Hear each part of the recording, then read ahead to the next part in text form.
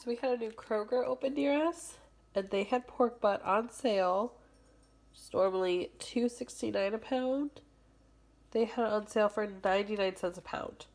So I got over 7 pounds of pork butt for $7. We're going to make this in the crock pot, and we're going to see how many dinners I can feed my family with this. Alright, I've got my pork butt shoulder in here. I scored the fat a little bit. I leave the fat on top so it'll render, go down to the meat. I should have used a different crock pot so a little more room, but oh well. And I'm just going to cook this on low, right there, for probably like 5 to 6 hours until the meat is nice and tender. Okay, so I'm going to try throwing a bunch of leftovers together and see how it works. Got my Dutch oven and a little olive oil heating up. In here, in my food processor, I did 1 small onion, like 3 stalks of celery, and 1 really sad looking carrot. I mixed it all up. And go ahead and just throw everything on in there and saute up. Add in 1 cup of washed white rice. So let it toast in a little bit of oil. Then I'm going to add 2 cups of chicken broth. 2 cups of chicken broth. If you have water, I'm sure that's fine. I'm just going to mix this and maybe add a little salt, pepper, and a little Italian. I'm going to let the rice cook. Once the rice is fully cooked, go ahead and add a couple cups of the cooked pulled pork. And then we're just going to go ahead and add as much cheese as feels right to you. Alright, let everything warm up together and the cheese get melty. And then this was meal prep lunches for the week. We are going to make a mac and cheese pulled pork casserole. I've got my noodles boiling, and now we're going to start making a roux by melting 4 tablespoons of butter and then adding that equivalent of flour. You're going to mix it all up until it makes a really nice paste. And then we're going to add in some sugar and some salt to that, and slowly mix in all of your milk, constantly whisking. We are going to bring this up to a boil for about 2 minutes and then bring it to a simmer. You're adding in 8 ounces of cubed Velveeta cheese, mixing it all up until that cheese is nice and melted, and then adding a combination of cottage cheese and sour cream that I did whip up to get rid of those curds in the cottage cheese. And then we're going to add our sharp cheddar, and again, get it all nice and gooey and melted. Put all of your macaroni noodles and the cheese sauce into an oven-safe dish and mix. Then we're going to top with our barbecue pulled pork, and of course, some more cheese on top of that. And then we are going to put it into the oven for about 20 minutes to 30 minutes, just for everything to heat up.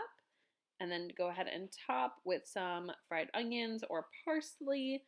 I put it back in the oven for a little bit. That's optional. This was so creamy and delicious. The cheese with the barbecue was chef's kiss perfection. And of course, you can't make pork shoulder without making a delicious pulled pork sandwich. I'm just having a side salad with mine, but you can put whatever side you want. Tonight, I'm going to try and take the last bit of leftover pork and turn it into pork tacos. These are the seasonings I'm using, with a little bit of minced garlic, some lime juice, and some chicken broth. Got my seasonings. I'm going to toss those all into a bowl. We're going to add 2 tablespoons of lime juice, either from a bottle or from an actual lime. And half a cup of chicken broth or stock. Last, we're just going to add some minced garlic and then whisk it on up. Go ahead and add in your leftover pork, and I'm going to kind of break this up, and we're going to let it soak up all that liquid. Okay, so I went ahead and just heated up some taco shells in the oven, but so far I tasted a little bit of it, and it was delicious. You can top it with whatever you normally put on your tacos. My fridge is barren, so I have nothing, but I'm going to add a little bit of cheese, a little bit of lettuce, and call it a day. Thank you guys for joining me today. I hope you enjoyed the video. I am always looking for ways that I can save money on my groceries. And this week's dinners were actually really, really good. The pork rice dish was all of my husband's work dinners. So that was great. And I got rid of some veggies that have just been hanging out that really needed to be used. Pulled pork sliders, always golden, always a go-to. We love them. The mac and cheese was interesting. It was really good the first night. It was really creamy and delicious, but it didn't reheat that well the next day. I've never really used Velveeta to make the cheese sauce, so I'm not sure if that's it, but it was not great the next day. Now the tacos, however, the tacos were delicious. Okay, every time we make pulled pork from now on, I'm definitely setting some aside to make some tacos. Now, in the shells, they were just kind of okay, but I made some homemade tortillas, put the sauteed meat in those with my cheese and my sour cream and my lettuce and my radishes, and it was perfect. It was perfect. I hope this gave you some ideas for dinners to feed you or your family this week.